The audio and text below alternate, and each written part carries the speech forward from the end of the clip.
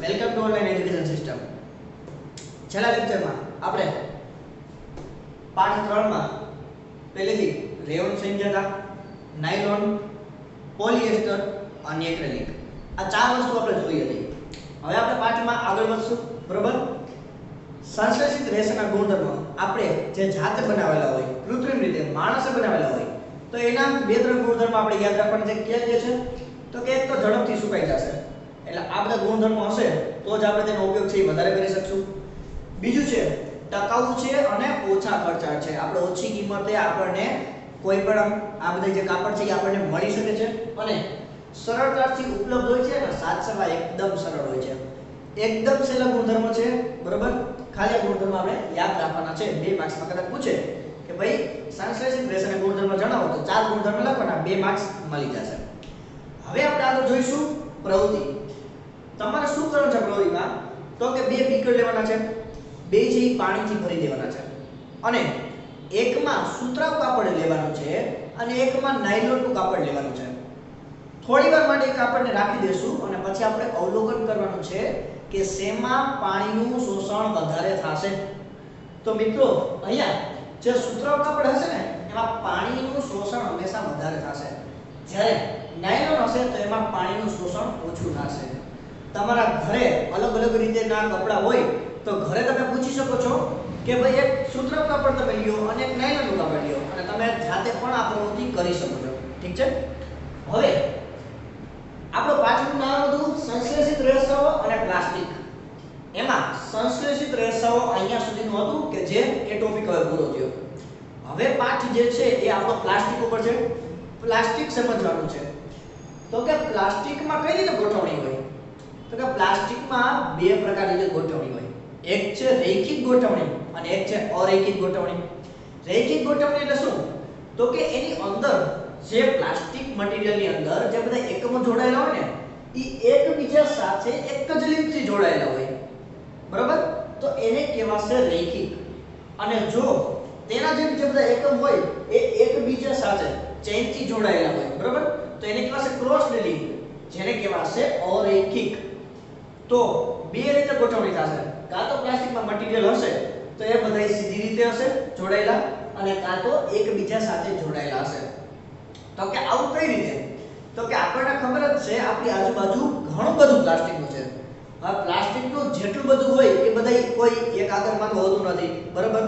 પ્લાસ્ટિકના ડોલ લ્યો, ટબ લ્યો, કાઈ પણ લ્યો, બધાયના આકાર અલગ અલગ છે, બધાયની મજબૂતાઈ અલગ અલગ છે. તો એ બધું આના પ્રમાણે જોવાનું હોય કે રૈખિક રીતે હોય કે અરૈખિક રીતે, એ આપણે સમજવાનું હોય. હવે બીજું આપણે પ્લાસ્ટિકમાં શું કરી શકીએ? તો કે પ્લાસ્ટિકને એક તો સરળતાથી ઘાટ આપી શકીએ. તમે જુઓ, તમે ખાલી આજુબાજુમાં જોશો તો લોટ્સ ઓફ વસ્તુ આપણે પ્લાસ્ટિકની વાપરીએ છીએ અને બધાયના આકાર અલગ અલગ હોય છે. તો આપણે એને જે આકાર આપવો હોય તે આપી શકીએ, પ્લસ રીસાયકલ કરી શકીએ.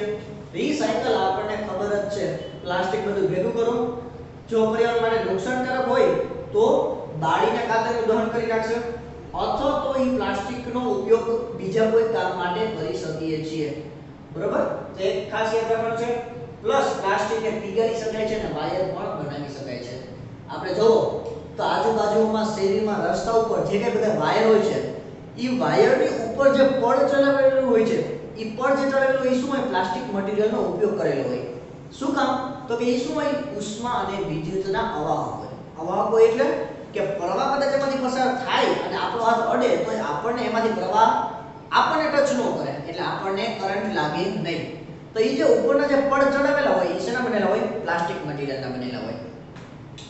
હવે પ્લાસ્ટિકમાં આપણને ખબર છે કે જ્યારે અત્યારે શું છે કે પ્લાસ્ટિકના ઝબલા ઉપર છે પ્રતિબંધ છે, બરાબર છે, આપણે ઉપયોગ કરતા નથી, પણ હજી અમુક જગ્યાએ જોવા મળે છે.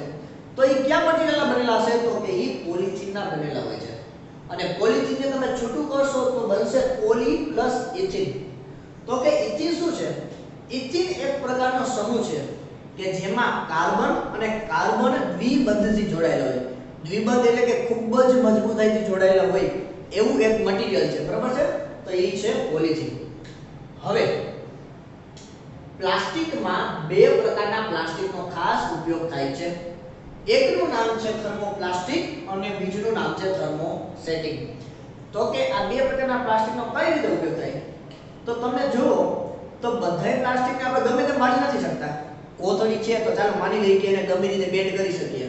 હવે હું તમને એમ કહું કે ડોલ છે, ટબ છે, તો એને તમારે વાળવું છે તો કઈ રીતે વાળશો? વળી શકશે? નહીં વળી શકે.